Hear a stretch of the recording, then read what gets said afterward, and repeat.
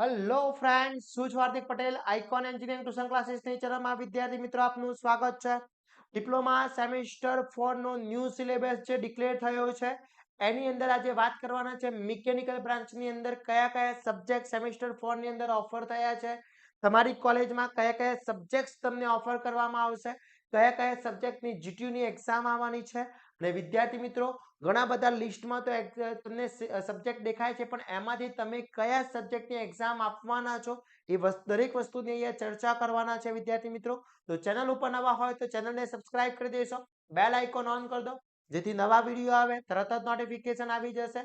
વિદ્યાર્થી મિત્રો, સેમેસ્ટર 3 મિકેનિકલના જે કોર્સ હતા, ડેલી લાઈવ લેક્ચરનો કોર્સ અને રેગ્યુલર કોર્સ, એ જ પ્રમાણે આપણે સેમેસ્ટર 4 ના ડેલી લાઈવ લેક્ચરના કોર્સ અને રેગ્યુલર કોર્સ આ બંને અપલોડ કરવાના છે ટૂંક જ સમયની અંદર. એનું એનાઉન્સમેન્ટ છે આપણા વોટ્સએપ ગ્રુપમાં, યુટ્યુબ ચેનલ ઉપર આવી જશે. તો ફટાફટ વિદ્યાર્થી મિત્રો, આપણી વોટ્સએપ ગ્રુપમાં જોઈન નથી થાય તો ફટાફટ જોઈન થઈ જશો, જેની લિંક બાયોમાં મૂકેલી છે. જોડે જોડે તમે હજી સુધી અમારી ચેનલને સબસ્ક્રાઇબ નથી કરી તો ફટાફટ સબસ્ક્રાઇબ કરી દેશો. હવે વાત કરીએ મિકેનિકલ સેમેસ્ટર 4 ની અંદર સિલેબસમાં તો ઘણા બધા સબ્જેક્ટ્સ દેખાય છે, તો એમાંથી કયા સબ્જેક્ટ્સ તમારે સ્ટડી કરવાના છે, કયા સબ્જેક્ટની એક્ઝામ આવવાની છે, એ દરેક વસ્તુની આજે આપણે ચર્ચા કરવાના છે આજના વિડીયોમાં. તો વિડીયોના એન્ડ સુધી જોડાયેલા રહેશો વિદ્યાર્થી મિત્રો. પહેલા ચર્ચા કરી લઈએ કયા કયા સબ્જેક્ટ્સ આપણે મિકેનિકલ બ્રાન્ચની અંદર ઓફર થવાના છે. તો અહીંયા જોઈ શકો છો મિકેનિકલ બ્રાન્ચની અંદર જે સબ્જેક્ટ લિસ્ટ છે એ બહુ મોટું સબ્જેક્ટ લિસ્ટ દેખાઈ રહ્યું છે. તો હવે આપણે વન બાય વન જોઈએ. તો પહેલા જઈએ, તમને વિદ્યાર્થી મિત્રો બે ઓપ્શન આપવામાં આવ્યા છે. પહેલો જે ઓપન પ્રોફેશનલ ઇલેક્ટિવ કોર્સ જે આપેલો છે, એટલે કે બધા માટે ઓપન જે છે, એની અંદર આ ફર્સ્ટ છે એક ઇન્ટરપ્રિટેડ સ્ટાર્ટઅપ જે છે, એક 1 આ 2 અને આ 3. આ 3 માંથી કોઈ બી એક સબ્જેક્ટ, એની વન સબ્જેક્ટ તમારે સિલેક્ટ થવાનો છે. કોલેજ સિલેક્ટ કરશે. ઘણી બધા કોલેજમાં કોલેજ સિલેક્ટ કરતી હોય છે અથવા ઘણા સ્ટુડન્ટ સિલેક્ટ કરતા હોય છે. જો તમને સિલેક્ટ કરવામાં આપવામાં આવે તો હું તમને આ સબ્જેક્ટ સિલેક્ટ કરવાનું સજેસ્ટ કરું છું. ઓકે, તો ફર્સ્ટ એક સબ્જેક્ટ થઈ ગયો. એના પછી વાત કરવામાં આવે, આ બંને જે સબ્જેક્ટ છે, આ બંને સબ્જેક્ટ તમારા કમ્પલસરી સબ્જેક્ટ છે. એની અંદર બંને સબ્જેક્ટ છે manufacturing engineering 2 and designing of machine of element, design of machine element, DME. તો આ મેન્યુફેક્ચરિંગ એન્જિનિયરિંગ 2 અને DME જેની જીટીયુની એક્ઝામ આવવાની છે, 4 ક્રેડિટ છે, 70 માર્ક્સની એક્ઝામ આવશે. તો અહીંયા સમજો કે આ તમારો સેકન્ડ સબ્જેક્ટ થયો, આ તમારો થર્ડ સબ્જેક્ટ થઈ ગયો. ઓકે, એટલે કુલ ટોટલ 3 સબ્જેક્ટ થઈ ગયા.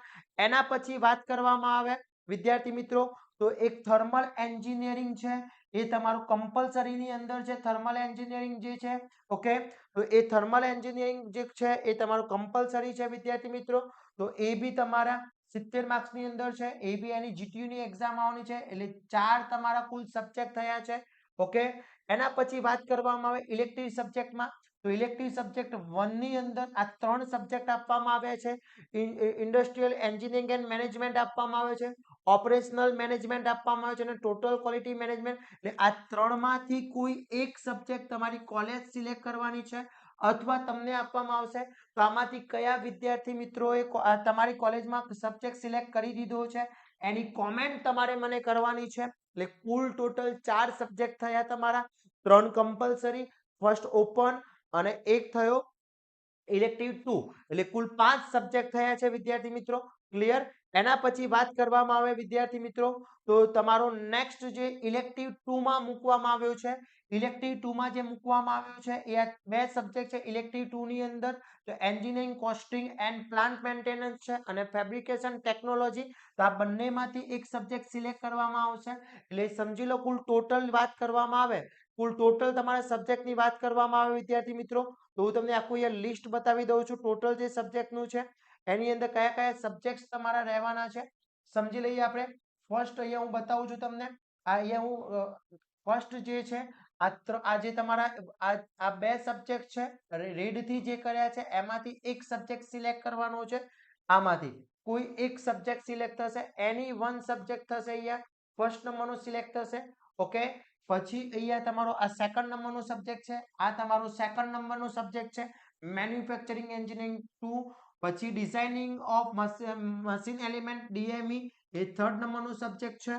એના પછી તમારો થર્મલ એન્જિનિયરિંગ 4th નંબરનો સબ્જેક્ટ છે.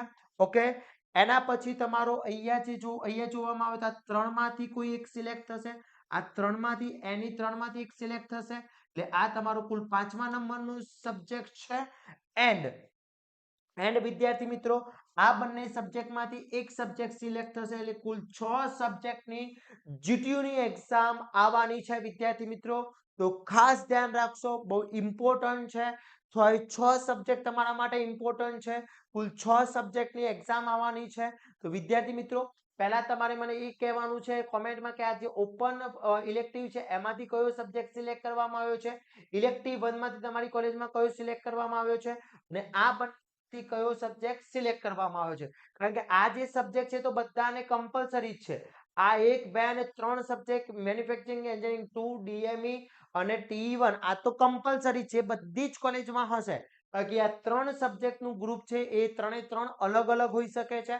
તો વિદ્યાર્થી મિત્રો, ઝડપીથી તમે તમારા સબ્જેક્ટનું નામ મને કોમેન્ટ કરી દેજો, જેથી અમે સિલેબસ એનો કોર્સ એની રેડી કરી દઈએ અને તમારા માટે આઈએમપી રેડી કરી દઈએ, જેથી તમને મિડમાં જીટીયુમાં કોઈ પ્રોબ્લેમ ના થાય. અને આવા જ નવા વિડીયો સાથે નવા દિવસે મળીશું. ત્યાં સુધી વિદ્યાર્થી મિત્રો મને રજા આપશો.